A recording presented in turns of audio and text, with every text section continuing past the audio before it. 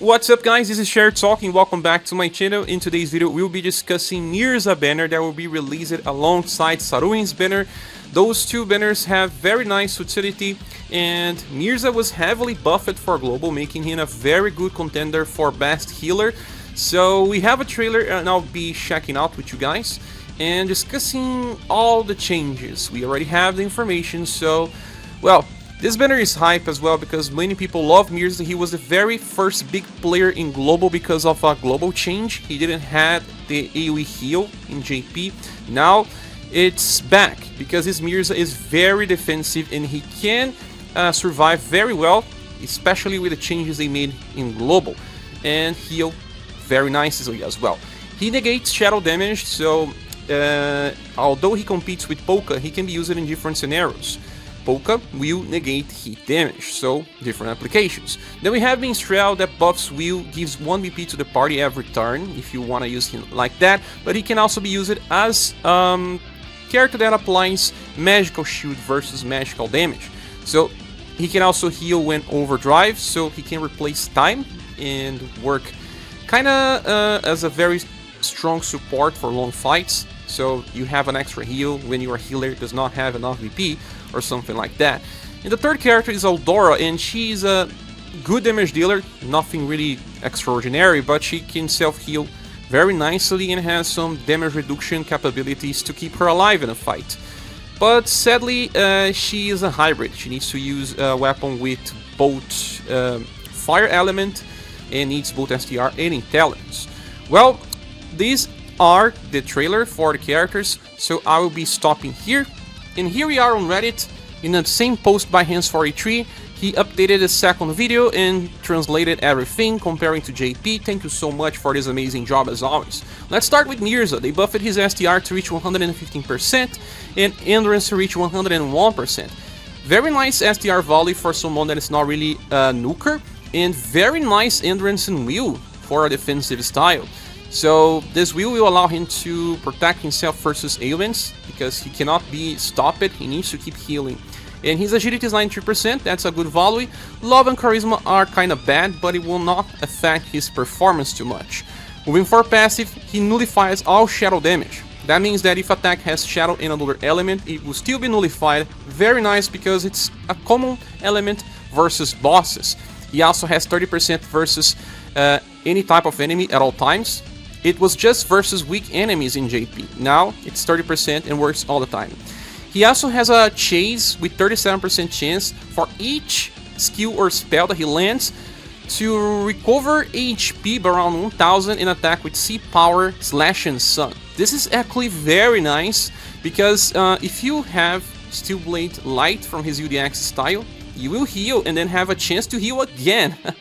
Depending on the squad that you are using, you will heal from 0 to max easily on that turn. But it won't happen all the time. 37% chance is not a guarantee, it's just an extra effect, but a very good one when it triggers. Then the second one is Action Switch passive. So we have two different effects for Slash. He will grant himself an attack boost that increases damage by 20% and lasts for 3 turns, stacks, and recovers 2 BP, so he is now a 5 BP per turn. In JP, he needed to attack weak targets to recover BP, meaning that he will only work versus enemy weak to Slash and Sun. Now he works versus everything. He will always have enough BP to use his best cycle. Then on Sun attacks, he grants himself a defense boost that decreases damage taken by 15%, lasts for 3 turns and stacks, and also recovers HP by around 200. So, all his best attacks have both Sun and Slash. He will keep all stacks, and even when he chases, he's gonna trigger all the effects from this passive. Very nice to keep him alive because 3 stacks of minus 15% damage is just like close to intrinsic, just by these 3 things, although it takes some time to build up. And 5 EP per turn will allow him to become very nice on rotations. Then the third passive is Intrinsic Sword 4, reduces damage taken by 40% if you resist, 37% chance to evade resist damage and increases damage potential by 20. Just out of the passives we have 50% damage increase at all times, then we can stack attack boost 3 times for 60% extra, and defense, and also defense from intrinsic, self-heal, a lot of good things. Then moving on, first skill is free and it's E-Power, Slash and Sun recovers its own HP by around 200. So it will trigger all of his effects and give him 2 heals, one from the action switch and the other one from the skill itself. Very nice. Skill number 2 is a 6 BP support skill. This will not trigger his action switch, but it will grant him a regen of 3 BP by the end of a turn. That lasts for 3 turns, so he recovers 9, spends 6, has a plus of 3. And will also give him a Heat Up Extreme that increases his damage potential by 30% for the whole fight. Since this can only be used twice, you can increase his damage potential by 60% if you want. I don't think this is needed to be used, only if you have that turn where you don't need to heal and want to do something, and you still have enough BP after, so it's something that can be used. And skill number 3 is 10 BP for a triple S single target attack that also has Slash and Sun. And it has a 50% chance to chase with Dance of Light. If you are super lucky, you can chase 2 times for 2 heals. But, boys, this is triple S just like Steel Blade Light. Steel Blade Light guarantees a heal. This attack here will hit 2 times when it triggers a chase, right? Okay, but it's not a guarantee. Imagine you are in a boss fight and you have to rely on a 50% chance to heal. Okay, you have 2 chances here. The one from the skill and the one from the passive. You have high chances of healing, but it's not a guarantee. You can lose the fight by relying on Mirsa. That's why I do believe in order to make this character work, we need Steel Blade Light from his UDX style. We had a selector during UniverSe and I recommended everyone to pick Mirsa because of this version of him that will eventually come. So if you did, you now have a chance to build a very good defense heal that will be relevant for the foreseeable future. So, imagine, you bring him on a fight and you build all of his triggers and stays on very high defensive potential, healing the party every 2 turns. Remember the Chef Polka uses 9 BP for a heal, but he only gets 4. He gets also BP by triggering counter. It usually happens here and there, but it's not a guarantee. It's not a perfect cycle of once every 2 turns. Sometimes you may just not have enough BP, while Mirsa will always heal every 2 turns, no matter what happens. And sometimes he may even get more BP if he triggers his chase, that gives an extra healing. So, a very interesting setup. He can beat Chef Polka and become the best healer in the game. But the difference is pretty small. I have to say that if you are okay with Chef Polka and you feel like you don't need to go for a secondary healer, you are good to go as well. But Mirsa is nice and he negates shadow damage instead of fire damage. But I think you need his UDX style to take full advantage of the style. If you don't, you can even just focus somewhere else or, you know, wait for a rerun and get his UDX style later. This character received an OP tier easily. Very good. Moving on, we have Minstrel. They buffed Minstrel STR because it was pretty bad, and his agility to reach 105%. This is nice, and he also has very good endurance and will. You can see that it's the same volley for 4 different status. He also has just average love, but he's also a healer. Moving on, we have this passive that starts the fight with 12 VP, and when using an overdrive attack, we recover HP of all surviving allies by medium effect. This is higher than Steel Blade Light. It shall be 1.2 thousand. Then the second round begins. He recovers 1 BP to everyone and buffs all status by 15%. This is the same thing as Anya passive, and I don't understand because Minstrel is made for bosses and this only triggers once. It's sad. Okay, buffing all status on start may help decreasing a little damage, but it's not that important anyway. So it's a passive that it's kind of wasted in hard challenges. And moving on, the third one, he starts the turn granting 2 different effects for the party. 20% attack boost and 25% defense boost. This decreases damage taken by 25%. This is higher than Scrum-Guard, that decreases damage taken by 20 and needs everyone to stay alive. So you will always have this active if he is alive. This only lasts for 1 turn, so he doesn't stack, but he also recovers 2 BP by the end of a turn. So this character has 5 BP per turn. Very nice as well. Skill number 1 is a 5 VP support that buffs Will for everyone by up to 25% if you manually level this up. It starts with only 15, you need to manually level it up, and recovers only BP to everyone, including himself, so in the end he only spent 4. Then the second one is a power attack with Slash and Blunt. That is just there, it's not made to use this skill, you should ignore. The third one is a 12 BP skill with Sync Power, that is AoE, forget about the damage. Slash and Sun, that will buff Will by up to 40% for everyone, and then grants a defensive stance that decreases spell damage by 35% for all surviving allies. This is the same type of shield that we have with Tank Gustav and Tsubaki. It's nice because you already have this defense boost that decreases damage taken by 25. In JP it was only minus 10%. It is a very nice and welcome buff. And if you use this on turn 1, you will now decrease damage taken by 25 and 35 for spell attacks, and also buff Will by 40%. It's interesting, but he doesn't have a perfect cycle.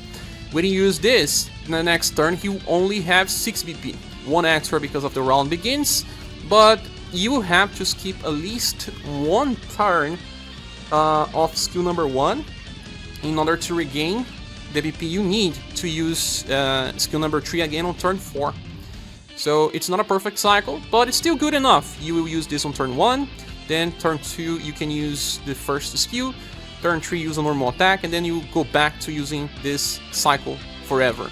And you should be using his overdrive with skill number 3 because you need to attack the enemy to heal. Skill number 1 will not trigger the healing from the first passive. It's a nice setup, but I have to say that if you got Muse and Maria, you find difficulty to slot Minstrel in most parties, unless we are talking about specific series challenges. So, still good enough, I guess, because of that BP generation. That is something that we don't have many reliable sources yet. If you have Witch's Daughter, you may even want to give him BP so that he can cycle a perfect cycle, but will depend. Still good enough. The problem is that he does not have a self damage reduction passive. He only relies on the AoE defense boost himself. You will need parties with multiple damage reduction in order to not feel like he is dragging out, because he may take high damage when compared to people like Mirsa in the same party, for example.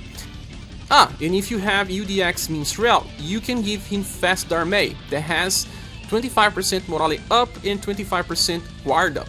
That means that he will now have 2 different layers of 25% damage reduction, exactly what the latest Barbara does, and will also be able to compete a little with Let's Paint Gustav for those that skip it. So it's another type of defense setup if you want to use it with Minstrel. Minstrel will likely receive a triple S grade based on being good support. He just doesn't beat some of the ones that we have, but it's an alternative, a side grade. Moving on, we have Aldora, and she's a hybrid. They buffed her will to reach 101% because she had very low endurance in will. Now she only has very low endurance. That means that they want you to use her versus enemies that use spell-based attacks. The combination of STR, agility, and intelligence is pretty low. I don't think she's gonna do too much damage, but she does have very nice cycles. Moving for passives, when using hit attacks, her damage increases by 20%. She also self-recovers HP when attacking by around 200. Will remove all status ailments by the end of a turn and recover HP by 1000. That's right, that's why she has low endurance, because she can keep self-healing. But if you are dead, you cannot self-heal. We need to see if she can survive some content. The second one, using hit attacks, she increases damage by another 20% and will also recover 2 BP. When receiving resist attacks, damage taken will be reduced by 25%. The third one, attack damage increases by another 20, this time for all elemental types, and damage taken will be reduced by 25%, and she starts the fight with 11 BP. As you can see, she can get 5 BP per turn when using hit attacks, has 60% damage increase, 2 layers of damage reduction. That's very good for a character that can self-heal by the end of a turn by around 1000. And skill number 1 is Cure Fire. This will do E-Power hit and can heal around 1000 again. So the turn where you use Cure Fire, you heal 1000 by the skill, 1000 by the passive, and another 200 from the first passive. So she will just self-heal from 0 to max. Very nice, but you are not doing damage. The second skill is a single target sword skill that uses STR, and before attacking she grants herself a heat up attack boost that increases heat attacks by 35%, lasts for 4 turns, and it also stacks. Will also buff her love and charisma by 30% before the attack. That means that her heal capabilities will become even better when buffing love and charisma. So by the end of a turn your healing will be even better, and when using Cure Fire now you will heal from 0 to max easily. And when she attacks, because of the heat attack boost, you will feel like this skill deals entry level of SSS power. And if you are using this skill on turn 1 and then on turn 3 it will deal even higher damage. But when compared to real nukers, this is still not as strong. It's just a character that works well by sustain and self-healings. Moving on, we have the third attack, that is an AoE double S power with just heat that is fast. It can only be used one time per battle. Before she attacks, she will inflict recoil damage of 90% on self. This is made for farming, but could also be used as a last resource in a fight when killing the enemies. But it's AoE, I don't know if this matters too much, since the skill number 2 is focused on single targets. That means that you bring her for boss fights where you only have one enemy. So there's a conflict of design here, in my opinion. But the character works for Remembrance, especially because it's just someone that won't die easily, does not need to be manually healed, can just take care of itself being there in the party.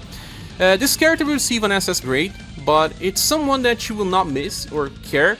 It will be easily forgotten after some time, because there's too much competition for swords, and since you have Chef, Polka, Mirsa for your main healers, you don't actually need self-sustainable damage dealers for Sword Remembrance, for example. So I will likely give this banner a Gold Minus award if you do have Steel Blade Light. I know it's a very high grade, but Mirsa is now probably the best healer under normal situations. And he is very defensive. Remember when we got Rag Robin, that he kinda changed the way that we were healing? Well, Mirsa, it's a step beyond that. He is very defensive and he can actually still do some good damage. But this does not mean that Polka is totally outclassed. He still has that counter mechanics, he still has that overdrive counter, so they can be used in different situations when you are building your squad. You can still just use Chef Polka and get away with it, but if you want alternative strategies and sometimes even better heals, you can use Mirsa. And Minstrel, although clashing with some recent buffers, still offers enough volley because of that OG heal and BP generations alongside the magic shield. He will receive a SSS grade, but you have a SSS and an OP tier in your banner. I do believe that it's okay to have a Gold Minus award. I think the Aldora just works, but it's also someone to be easily forgotten since you already have too many sword users for members. Well, this is my opinion. What is yours? Please see here on... I don't know if I'll be pulling because I like the characters, but I don't have gens. Let's wait for some celebrations and free gens in order to survive this month. But this is my opinion. What is yours? Please see here in the comment section. Thank you so much for watching this. I'll be making full reviews after the game goes live. So, I hope to see you soon in the next video or next live stream. Bye.